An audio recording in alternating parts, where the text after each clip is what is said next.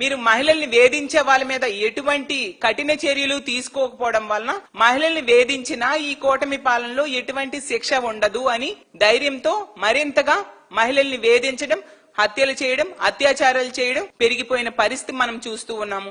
వీటన్నిటికీ కారణమైన గంజాయి, డ్రగ్స్, మద్యంని మీరు కంట్రోల్ చేయని పరిస్థితి కూడా మనం చూస్తూ ఉన్నాము. నిన్న చూసాం, లోకేష్ గారి నియోజకవర్గం తుమ్మపూడిలో మహిళలు అర్ధరాత్రి వరకు ధర్నా చేశారు. ఎందుకంటే తెలుగుదేశం కార్యకర్త ఆంజనేయులు అనే వ్యక్తి మహిళల ఫోటోలు తీసి ఫోన్ లో ఉంచుకోవడం జరిగింది. ఒక మహిళను ఫోటో తీయడంతో పట్టుబడ్డాడు. ఆ ఫోటోలన్నీ డిలీట్ చేయాలి, అతను అరెస్ట్ చేయాలి అని చెప్పి అర్ధరాత్రి వరకు అక్కడ లోకేష్ గారి సొంత నియోజకవర్గంలో మహిళలు ధర్నా చేశారు. మరి మీరు ఏం చేస్తున్నారు? మీ నీడలో మహిళలకి రక్షణ ఎక్కడ ఉంది అనేసి నేను అడుగుతూ ఉన్నాను. మీరు ఏ అర్హత ఉందనేసి ఈ మహిళా దినోత్సవ వేడుకల్లో మీరు పాల్గొంటారు ఏంటి? ప్రజలందరికీ పిల్లలు కనండి అనేసి బాగా స్టేట్మెంట్స్ ఇచ్చారు చంద్రబాబు నాయుడు గారు. ఒక్కరొద్దు ముగ్గురు ముద్దు అంటూ. మరి ముగ్గురు పిల్లల కంటే ఎవరు పోషిస్తారు చంద్రబాబు నాయుడు గారు? మీరేమైనా పోషిస్తారా వాళ్ళకి? వాళ్ళకంట ముగ్గురు పిల్లల కంటే 25,000 ఇస్తారట. 25,000 ఇస్తారు, సరే. 25,000 ఆ కుటుంబాలు ఆర్థిక ఇబ్బందుల్లో పడిపోయి వాళ్ళ జీవితాలే తలక్రిందులు అవుతాయి కదా.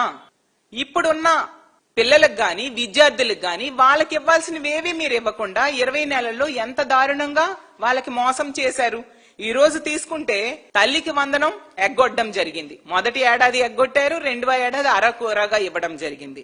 అలాగే నాడు నేడు స్కూల్స్ డెవలప్మెంట్ ని గాలికి వదిలేసిన పరిస్థితి చూసాం. సిబిఎస్ఈ సిలబస్ కూడా ఈ రోజు తీసేసిన పరిస్థితి మనం చూసాం. స్కూళ్లు, హాస్టల్స్ లో నాసి రకం భోజనాలు పెడుతూ ఉండే పరిస్థితి.